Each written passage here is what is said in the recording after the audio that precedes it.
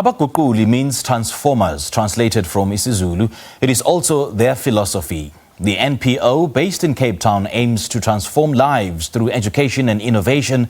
They are an all-female organization dedicated and passionate about transformation, empowerment, upskilling and motivating the youth to make informed decisions by providing them with access to information and opportunities. The founder of the organization, Aasiyah Adams, joins us now to share more on their work. Aasiyah, a very good morning to you. Thanks for joining us. Welcome to Morning Live. Good morning. Thanks for having me. Great pleasure having you. I love such energy. Hey? Now, can you please share more on the organization, Aasiyah, and the kind of impact that you're making in communities in the Western Cape? Good morning and thanks for having us on Morning Live. So Abuguquli is a non-profit organization. We're a level 1 BE, all-woman run non-profit company as well. And what we do is we give young people, unemployed youth, the skills in the 4IR sort of space. And we do anything from robotics, artificial intelligence, remote pilot license, beyond visual line of sight license, to coding, to digital marketing, anything that will skill them or upskill them to equip them to be financially independent. And the difference that we're making in the community is that our courses are a short turnaround time.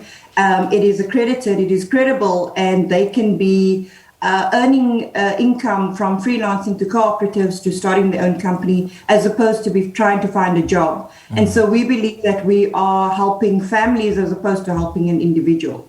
So how long has it been running for? We've only started in October 2019 and already we've had so many interventions. We are so blessed. Indeed. And why the focus on upskilling the youth, and what exactly do you offer the youth? Okay, so I think our focus is youth because there's a high unemployment with youth, and also the 4IR will probably impact them more than anyone else. And so I feel, and sitting on the 4IR committee for South Africa, I feel that youth are not, there's a disconnect between the skills required and the skills that the youth are getting. And that's just an opinion statement that I've made. Being on the 4IR committee, being a training and development specialist, having run so many training programs, I see these training programs like the normal business admin and business management courses or learnerships, and you're like, where are these young people going? And so therefore we decided that a remote pilot license, which is your drone license, those are things that young people need, and that they probably can just start up on their own next day. After they receive their license, they can be doing freelancing work. So that is why we decided on this.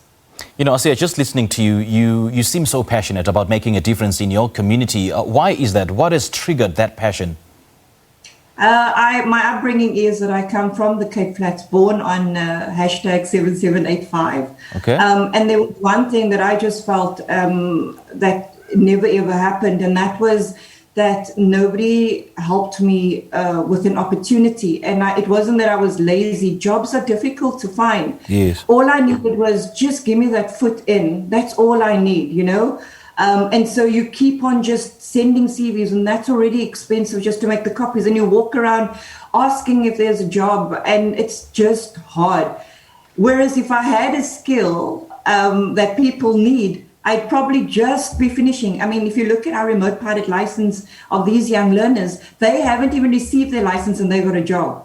It's just amazing for me, because what I'm doing is I'm feeding the industry what it needs as opposed to what we think it needs. And that's why I started this.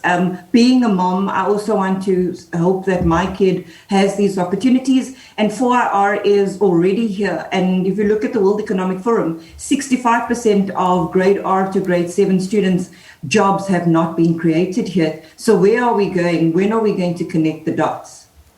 And I see that you also try to help the graduates who are holding diplomas but still cannot get their foot into the door of their companies. So how exactly is this achieved? So look, I worked in the aerospace, defense, and engineering environment, and I've seen it so many times. I've seen the people that sometimes walk in, or the people that my uncle works at the company, and then those are all left out of the system. And so those graduates that we have, we're just adding a skill. An example, so you're a mechanical engineer, I'm adding the remote pilot license, which means that you're going to be fixing drones. You've got a different skill. You've done videography, and I'm adding 3D mapping. Now you're versatile. You can do videography with a drone, or you can do videography, or you can do 3D mapping.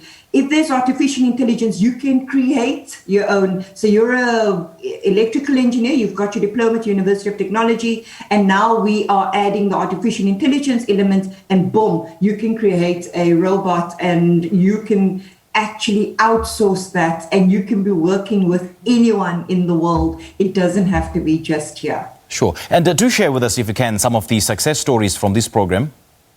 Yeah, where do I start? We've got so many. So I've got Elena, who's designed drones, is working for one of the biggest companies that are doing drones. Mm-hmm. We've done digital marketing where people are already registered on the platform after their studies, so they are able to then go out and freelance. And so they've started. It didn't take much. With artificial intelligence, we've got people sitting in the labs of a University of Technology and university, our students in the Research and Innovation Hub. And then just recently, we've been awarded funding for a specialization center for research and innovation. That is going to be phenomenal. I have a million ideas. I cannot sleep. And then we've got 2 community education training programs that we've been funded for that will implement the 4R elements within this, which is your adult education training. So people who haven't completed matric yet, and they'll do the adult education and foundational learning, but we'll add so many elements like 3D printing, like laser cutting, like Arduino electronics and coding. So those are just a few of where we're going and a few of our successes. You know, Aasiyah, this certainly is a change maker, and absolutely no doubt about it. And it is worth supporting, I can add. How can the community then support this initiative? Please just go on our website, www.abaguquli.co.za,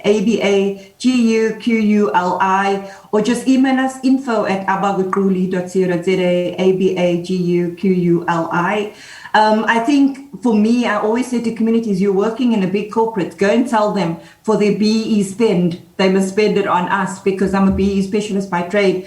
The socioeconomic development spend and the skills development spend are the funds that really kept us afloat and made us make changes within our communities and within South Africa. And currently, what are you in need of or struggling to achieve or get?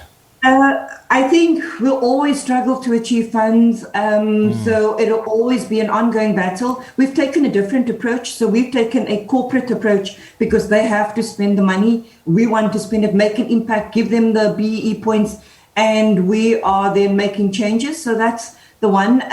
I think we'll always struggle with the digital era and the skills because it is not our forte. There are amazing people out there who does it. So we're literally just doing what we can. But if we can have experts in the market within the digital space and the SEO space and all of that, and of course it's voluntary. So these guys, they charge, because even our students, it's not like we can take them on. They've got the skill. They're out there making money.